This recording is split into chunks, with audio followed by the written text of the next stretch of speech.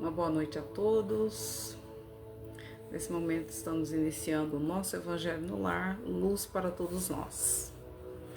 Iniciamos o nosso Evangelho fazendo a prece, agradecendo a Jesus pela oportunidade de estarmos aqui mais uma vez reunidos. Então vamos mentalizar em alguns momentos a nossa prece. Vamos nos conectarmos com o alto, agradecendo pela oportunidade de estarmos aqui mais uma vez, em nome de Jesus. Que nós possamos na noite de hoje sermos gratos pelo dia, sermos gratos pela nossa vida, pedindo a espiritualidade maior que venha ter conosco, os nossos mentores espirituais, todos aqueles que se interessam por nós, que nós possamos estar vibrando em sintonia com o Pai Maior, que nós possamos nesse momento fazer uma limpeza na nossa casa, retirando os miasmas, aqueles espíritos doentes que ficam vagando próximos a nós. Que nesse momento a equipe espiritual possa auxiliá-los. Que assim seja. Então dando início ao nosso Evangelho. Hoje nós vamos ler o capítulo 17. A virtude. No meu Evangelho, fica na página 197. François Nicolas Madeleine Cardiel Morlotte, Paris, 1863. A virtude, no seu mais alto grau, é um conjunto de todas as qualidades essenciais que constituem o homem de bem. Ser bom, caridoso, laborioso, sóbrio, modesto, são qualidades de um homem virtuoso. Infelizmente, são acompanhadas quase sempre de pequenas falhas morais que as desmerecem e as enfraquecem. Aquele que faz alarde de sua virtude não é virtuoso, pois lhe falta a principal qualidade, a modéstia.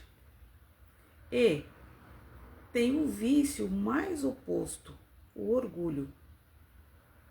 A virtude, realmente digna desse nome, não gosta de se exibir. Ela é sentida, mas se esconde no anonimato, foge da admiração das multidões.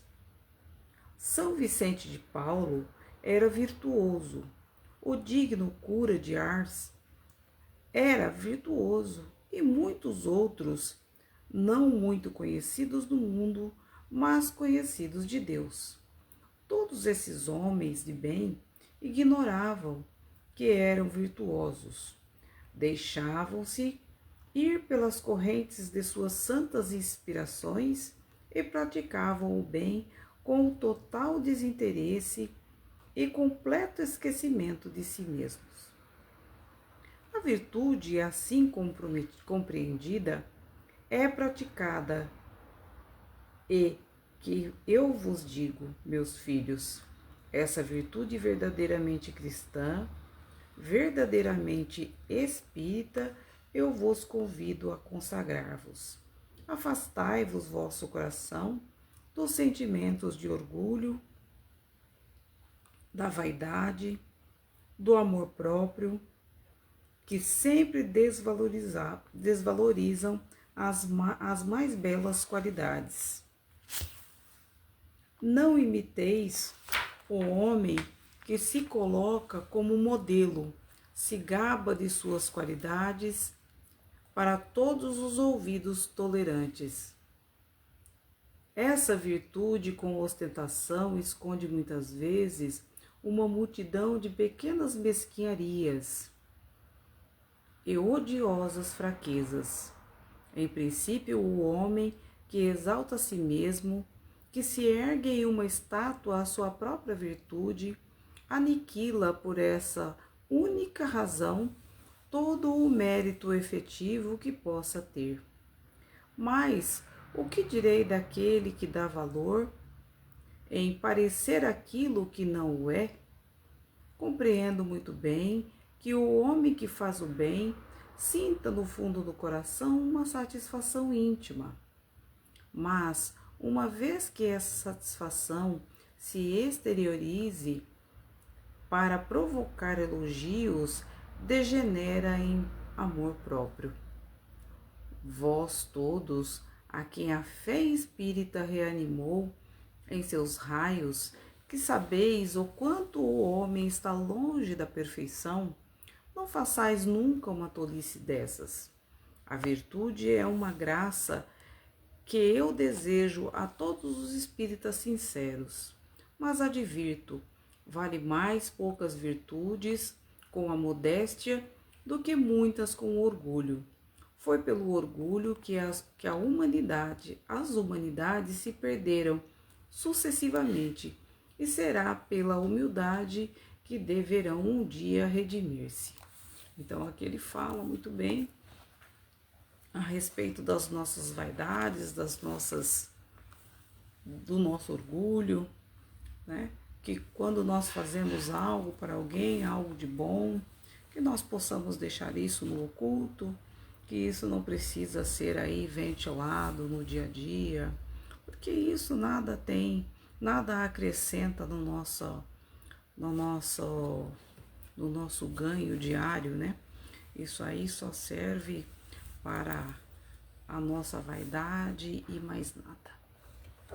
Então, vamos ler aqui um trechinho do livro Coragem, que fala de adversários e nós, né? Muita gente indaga com inquietação sobre a maneira justa de aplicar o ensinamento de Jesus, no que tange ao amor pelos inimigos.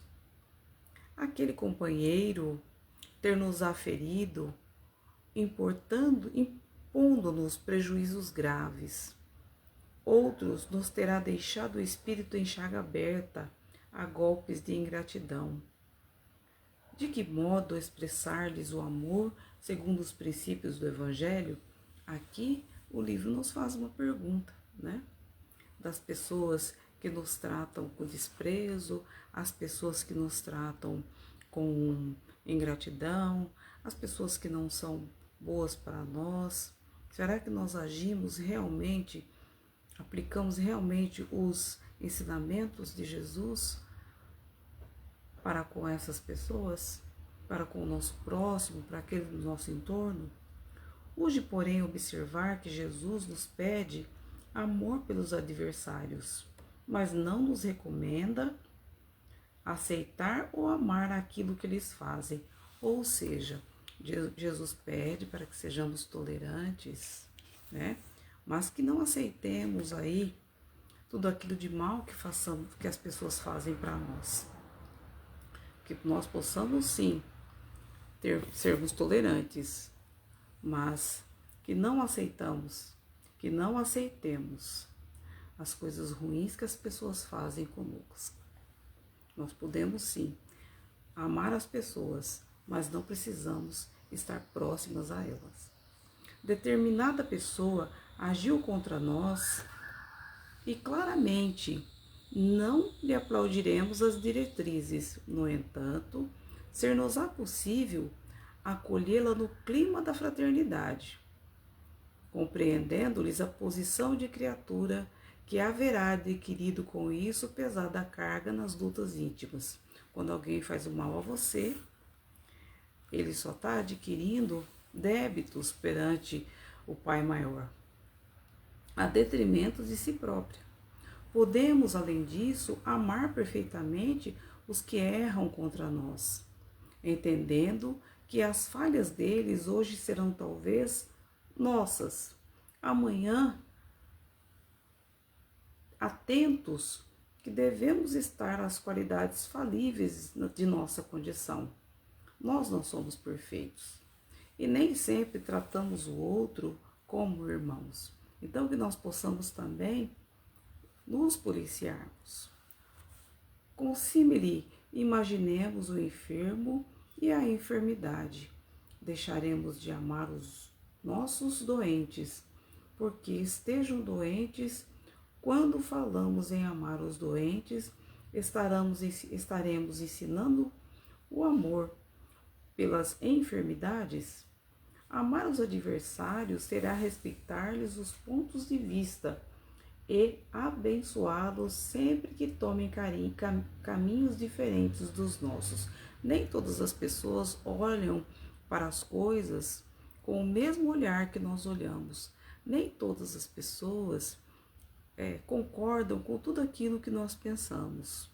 No entanto, nós temos que pensar que perante o Pai Maior, todos nós somos seus filhos. Então, a tolerância é um ponto principal na nossa vida. E todas as vezes que tombem conscientemente nas trevas de espírito, recordemos o próprio Cristo e entreguemo-los a Deus, rogando para eles paz, misericórdia, porque realmente não sabem o que fazem. Então, aqui nessa parte são aqueles que não querem o nosso bem, aquelas pessoas que nem sempre agem de boa fé para conosco. Então, que nós possamos ter a misericórdia ensinada pelo Cristo, aplicando ela dia a dia na nossa vida, que nós possamos ser úteis para com o outro e dessa forma nós conseguiremos trilhar o nosso caminho na prática do bem. Então vamos ler aqui mais um texto do livro Mãos Unidas, que eu separei aqui para nós lermos. Faz tempo que nós não lemos esse livro, e é um livro muito interessante. Ele traz muitas mensagens para as nossas caminhadas diárias aqui no nosso planeta. Então vamos abrir um aqui, ó.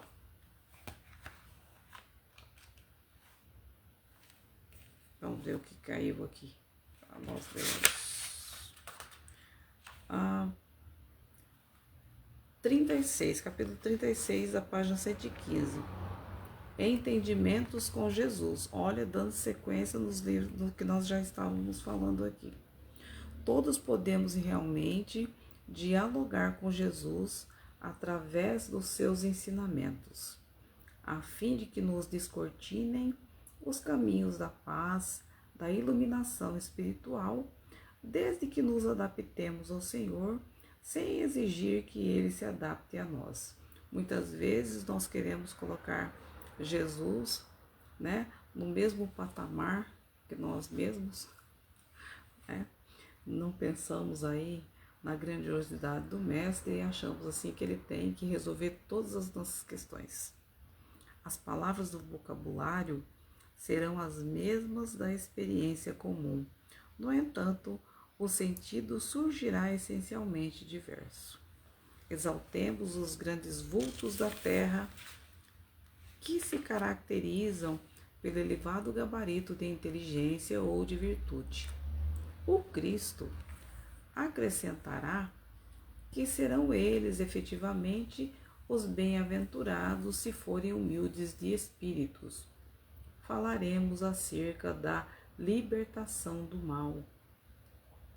Aditará o eterno benfeitor que alcançaremos isso desculpando, esquecendo todas as ofensas que nos façam. Acabamos de falar a respeito disso. Tudo aquilo que as pessoas fazem de mal para nós, nem todo mundo quer o nosso bem.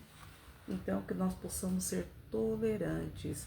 Ele acaba de repetir a mesma fala aqui, que nós possamos esquecer as ofensas e perdoar, não 7 vezes, mas 70 vezes 7.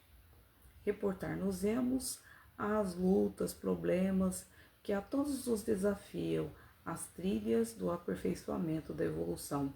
Quem não enfrenta os desafios? Desafios diários, todos os dias, em todos os momentos. Nós estamos sendo constantemente desafiados na nossa caminhada evolutiva.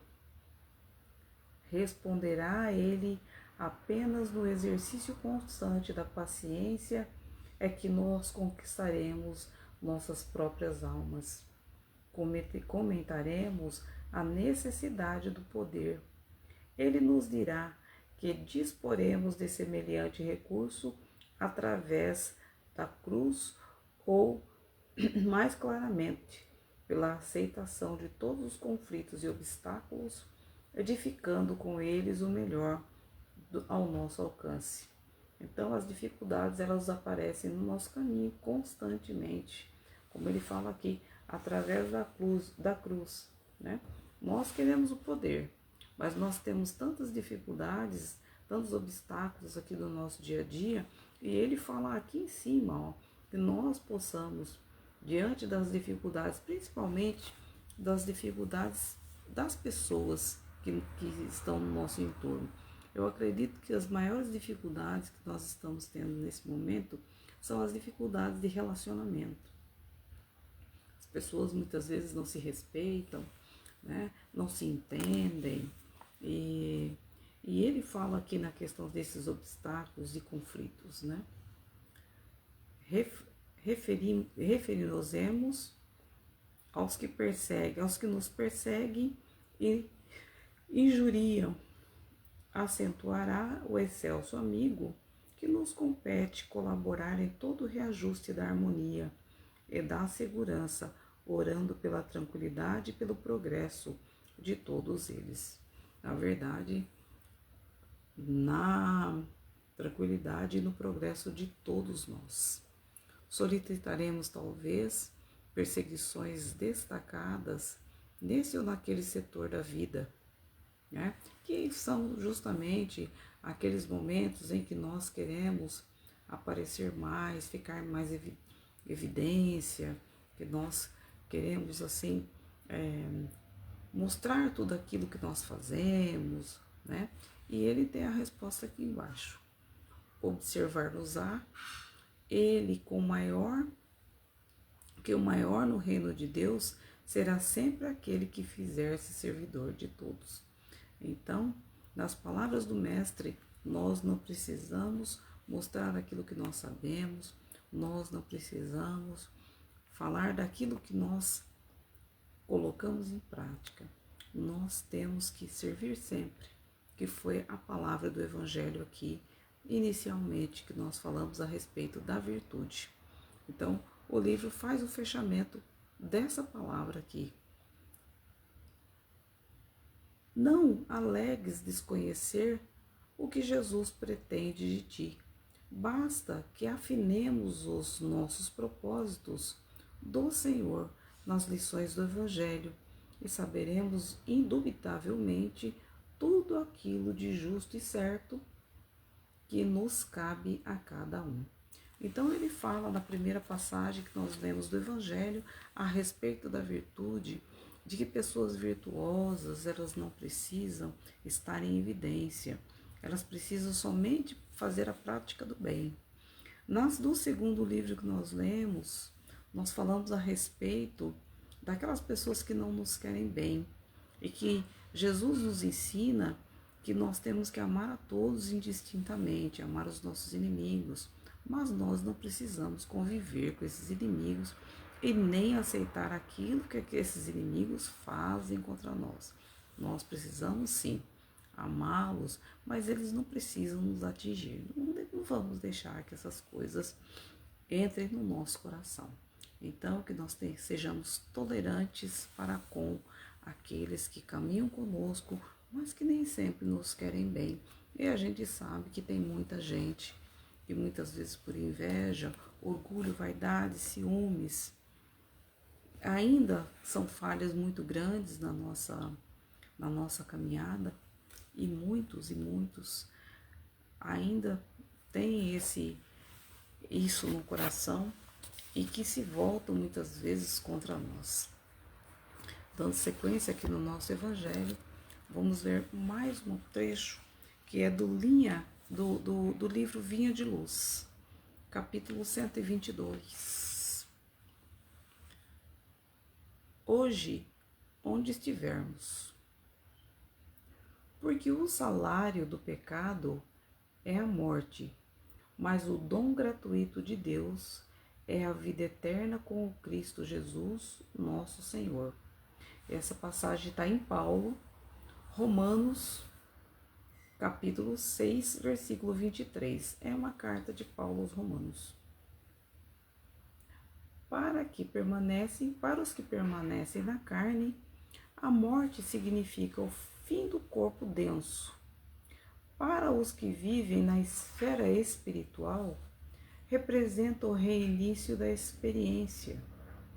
De qualquer modo, porém, o término cheio de dor ou de recapitulação repleta de dificuldades constitui o salário do erro. Quantas vezes temos voltado aos círculos carnais em obrigações expiatórias, sentindo de novo a sufocação dos veículos fisiológicos para tornar a vida verdadeira? Então, que nós possamos, a cada momento da nossa vida, fazer essa reflexão do que realmente nós estamos fazendo aqui. Qual é o nosso propósito? Será que nós estamos aproveitando verdadeiramente todos os momentos da nossa vida?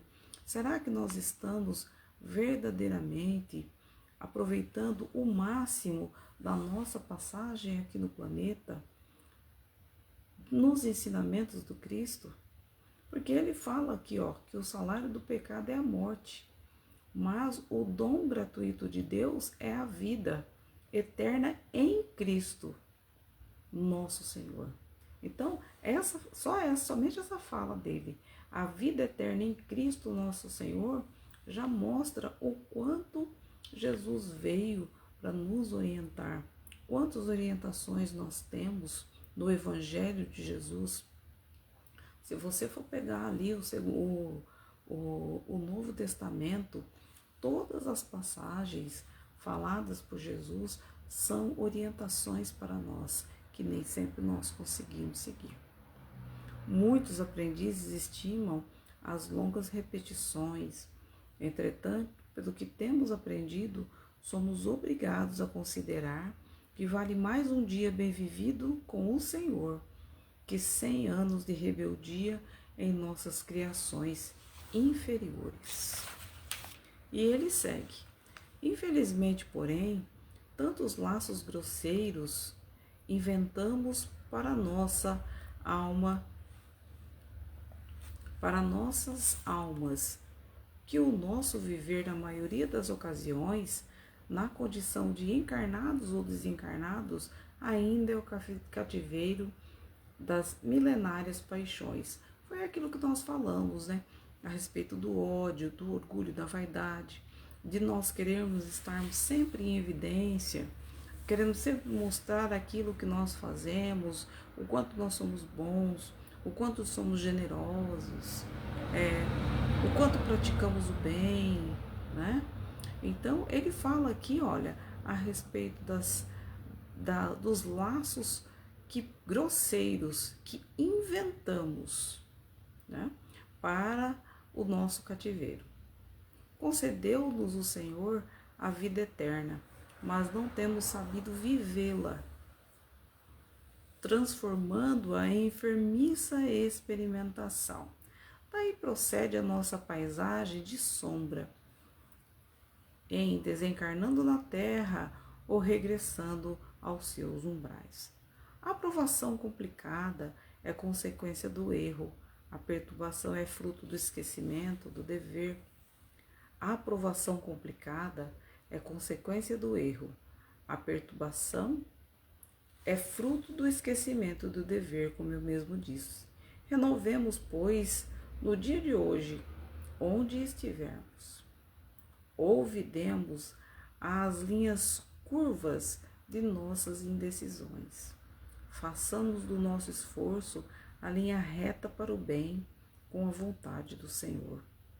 os pontos minúsculos formam as figuras gigantescas.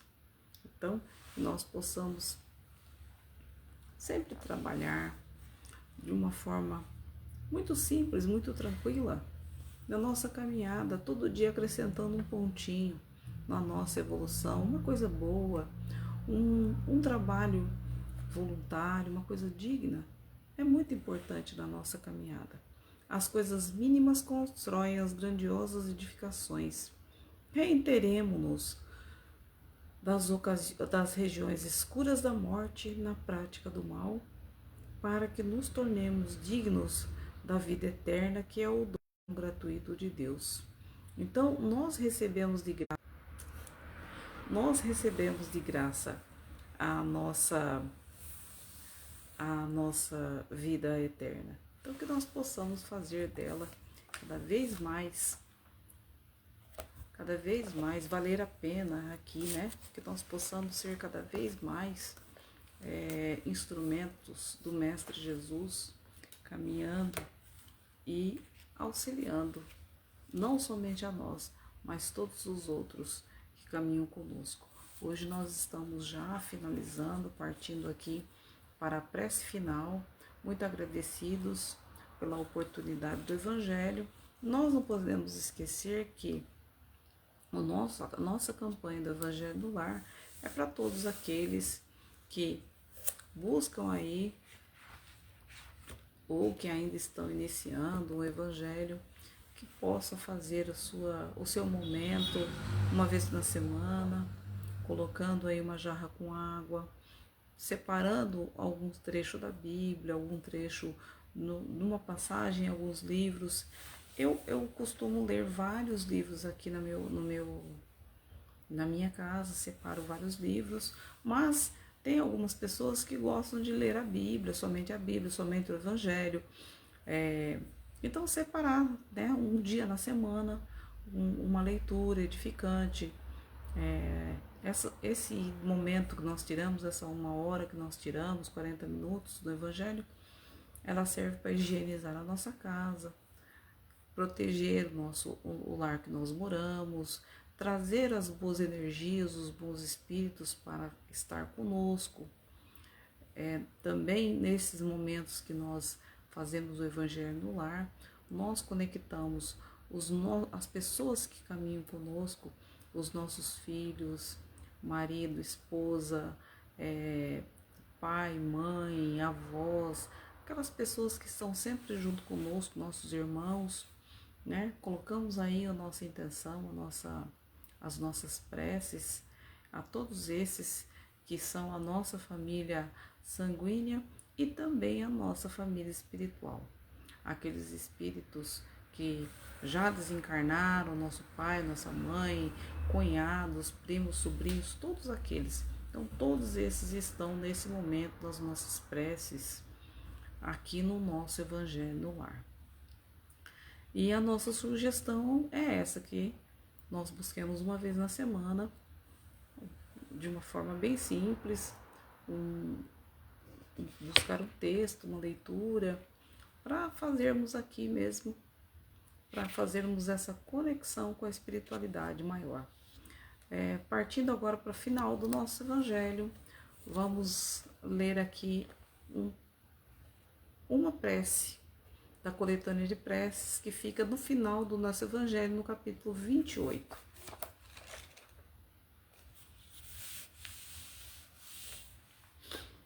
Então, nós vamos ler hoje a ação de graças após ter escapado de um perigo. Então, a prece de número 36, a instrução preliminar 36 e a prece 37. Quando escapamos de um perigo que corremos, Deus nos mostra que podemos, de um momento para outro, ser chamados a prestar contas do emprego que fizemos da vida. Ele nos adverte assim para examinarmos nossas ações e nos corrigirmos. Vamos dar uma pausa aqui, porque nós falamos hoje o tempo inteiro a respeito de tudo aquilo que nós recebemos de Jesus. Nós falamos na primeira passagem a respeito das virtudes, né? E aqui, finalizando o nosso evangelho, nós só estamos fazendo um complemento, né? Que ele traz aqui no final dessa instrução preliminar uma advertência para nós, né? Fala, quando nós passamos por uma situação perigosa, por uma situação que nos choca ou que nos chama bastante atenção, ele fala aqui, ó, ele nos adverte assim para examinarmos nossas ações e nos corrigirmos. E a prece.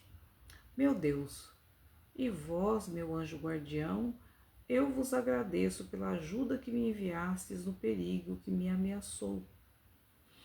Que esse perigo seja, para mim, uma advertência que me esclareça sobre as faltas que o atraíram para mim.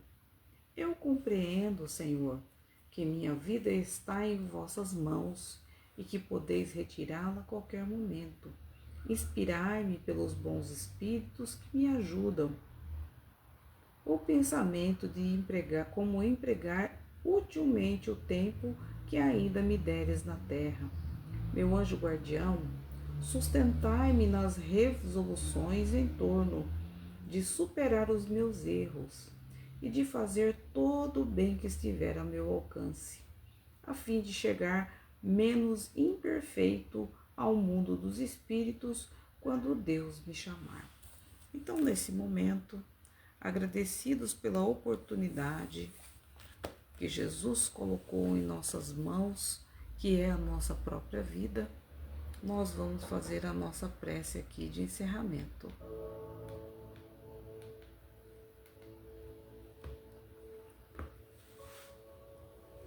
Senhor de nossas vidas, agradecidos por mais esta oportunidade que a doutrina espírita traz para nós, todos os esclarecimentos que Jesus coloca no nosso caminho, que nós possamos, juntamente com a espiritualidade maior,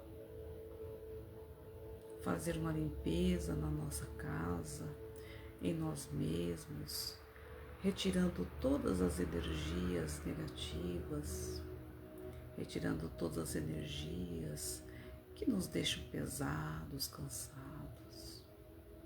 Que nós possamos, na noite de hoje, agradecer ao Pai Maior por estarmos vivos, com saúde, às vezes relativa, que nós possamos sermos agradecidos pelo teto que nos cobre, pela água que nos banha, agradecido pela comida que nos sacia a fome,